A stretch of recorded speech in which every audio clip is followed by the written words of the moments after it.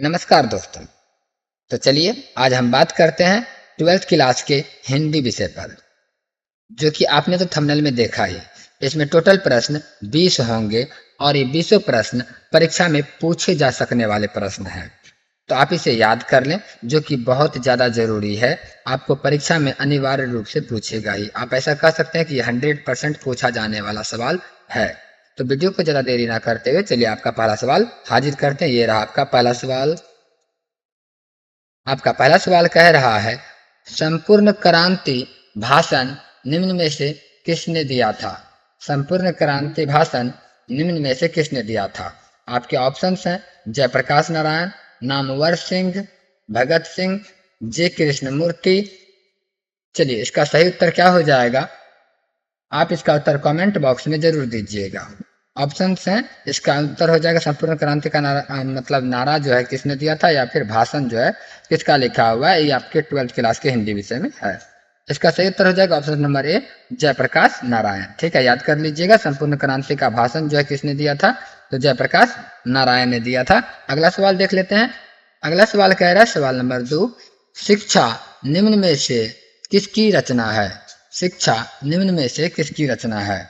आपके ऑप्शंस हैं नामवर सिंह, जे कृष्णमूर्ति, उदय प्रकाश या फिर मलियज। इसका सही उत्तर हो जाएगा ऑप्शन नंबर बी, जे कृष्णमूर्ति। ठीक है, अगला सवाल देखते हैं। तीसरा सवाल है आपका, जायसी की रचना निम्न में से कौन है? जायसी की रचना किसने किया? पद्मावत, उर्वशी, बीजक, अधिनायक। इसका सही उत्तर हो जाएगा ऑप्शन नंबर ए, पद्मावत। ठीक है, अगला सवाल है सवाल नंबर 4, हिंदी साहित्य का सूर्य किसे कहा जाता है? तुलसीदास को, कबीरदास को, सूरदास को या फिर जायसी को। इसका सही उत्तर हो जाएगा सूरदास को। ठीक है, याद कर लीजिएगा, ये सब सवाल बहुत इंपॉर्टेंट है। सवाल नंबर 5 देखिए, रामधारी सिंह दिनकर का जन्म स्थान है? क्या है जन्म स्थान? सिमरिया बेगूसराय, लमही वाराणसी या गुलेर कंगारा या सिरही उत्तर प्रदेश। इसका सही उत्तर हो जाएगा ऑप्शन नंबर ए, सिमरिया बेगूसराय। अगला सवाल है सवाल नंबर 6, संस्कृति के 4 अध्याय के रचयिता निम्न में से कौन है? आपके ऑप्शंस हैं नामवर सिंह, सुभद्रा कुमारी चौहान, रामधारी सिंह दिनकर या फिर जयशंकर प्रसाद। इसके सही उत्तर हो जाएंगे रामधारी सिंह दिनकर, अर्थात ऑप्शन नंबर सी। अगला सवाल है सवाल नंबर 7, मोहन राकेश के बचपन का नाम क्या था?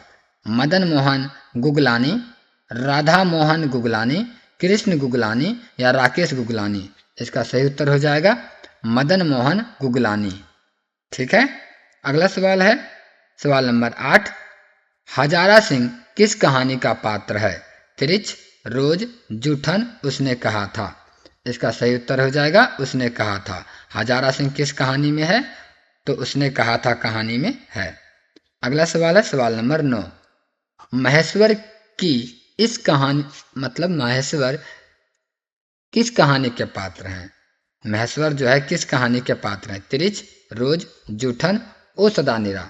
इसका सही उत्तर हो जाएगा रोज, ऑप्शन नंबर बी, रोज कहानी के पात्र हैं महेश्वर।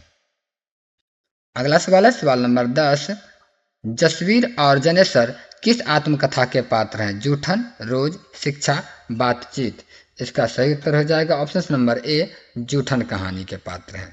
अगला सवाल है, कुंती किस एकांकी की पात्र है?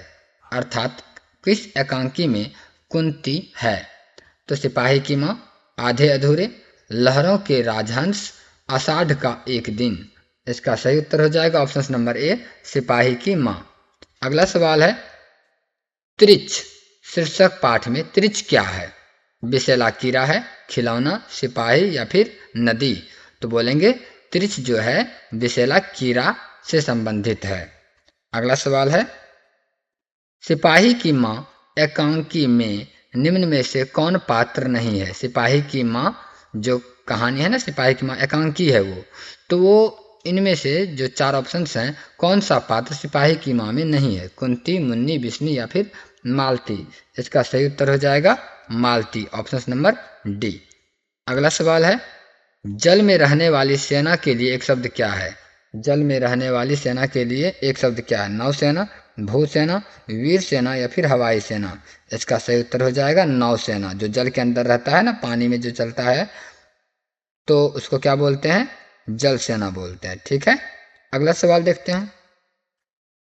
सवाल नंबर 15, भला बुरा शब्द कौन सा समास है?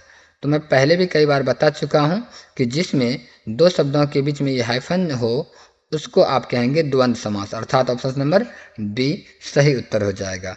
अगला सवाल है सवाल नंबर 16, जगन्नाथ शब्द का संधि विच्छेद क्या है? जगन्नाथ शब्द का संधि विच्छेद, तो इसका सही उत्तर हो जाएगा जगत जोरनाथ। बाकी तीनों ऑप्शंस गलत हैं यहाँ पर, ये सिर्फ ए नंबर का सही है, जगत जोर नाथ होंगे जगन्नाथ का संधि विच्छेद।